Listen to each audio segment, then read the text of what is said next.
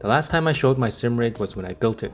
Since then, I've added a monitor stand so the screen can be closer, which adds a bit more immersion. I also have a spare 12-volt battery that I'm planning to hook up to use the power seats and maybe, hopefully, get the heated and ventilated seats working, but today it's all about what's in this box. So in the box is the shifter, this really rice looking shift knob, and some hardware. This is a lot smaller than I thought it would be, but I think with the knob on, it feels pretty good. The engagement is pretty notchy, so it feels really good. And then if you put this down, it's like a sequential shifter.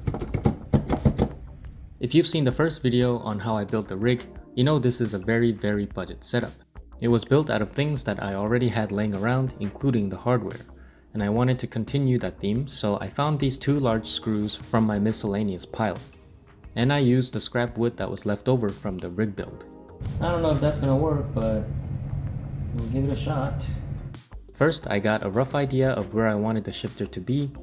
Instead of being closer to the center console area, I wanted it closer to the steering wheel.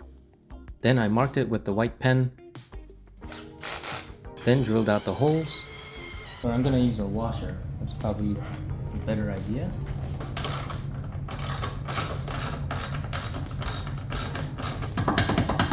That's very sturdy so far, maybe for another month.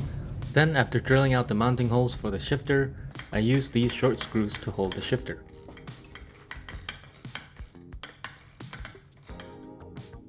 I just remembered I also reinforced the whole sim rig with these L brackets. Now that was another improvement that I made, and I have one left over, so I'm gonna use it there.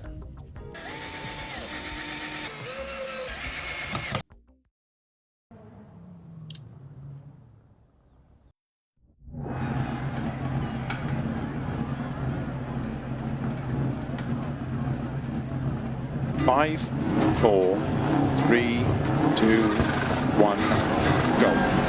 50, 6 left 30, turn square right.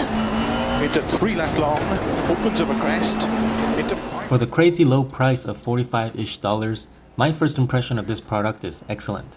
Racing sim equipment in general can be quite pricey. An average price for a decent shifter is normally around $100 and up. But the fact that you can enjoy an H-pattern shifter for this price is actually quite amazing. The shifter is almost entirely made of metal, and shifts feel notchy and confident, although it can be quite loud.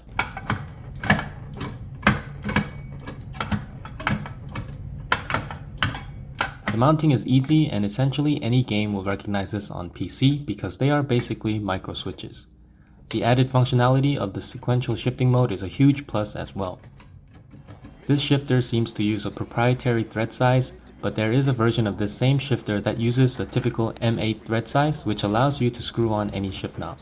Never mind, it does use a typical M8 pattern. If you're interested in getting into sim racing on a budget, this shifter should definitely be on top of your list. That's all for this video. Thanks for watching, and see you guys on the next one. Is that a puncher at the front?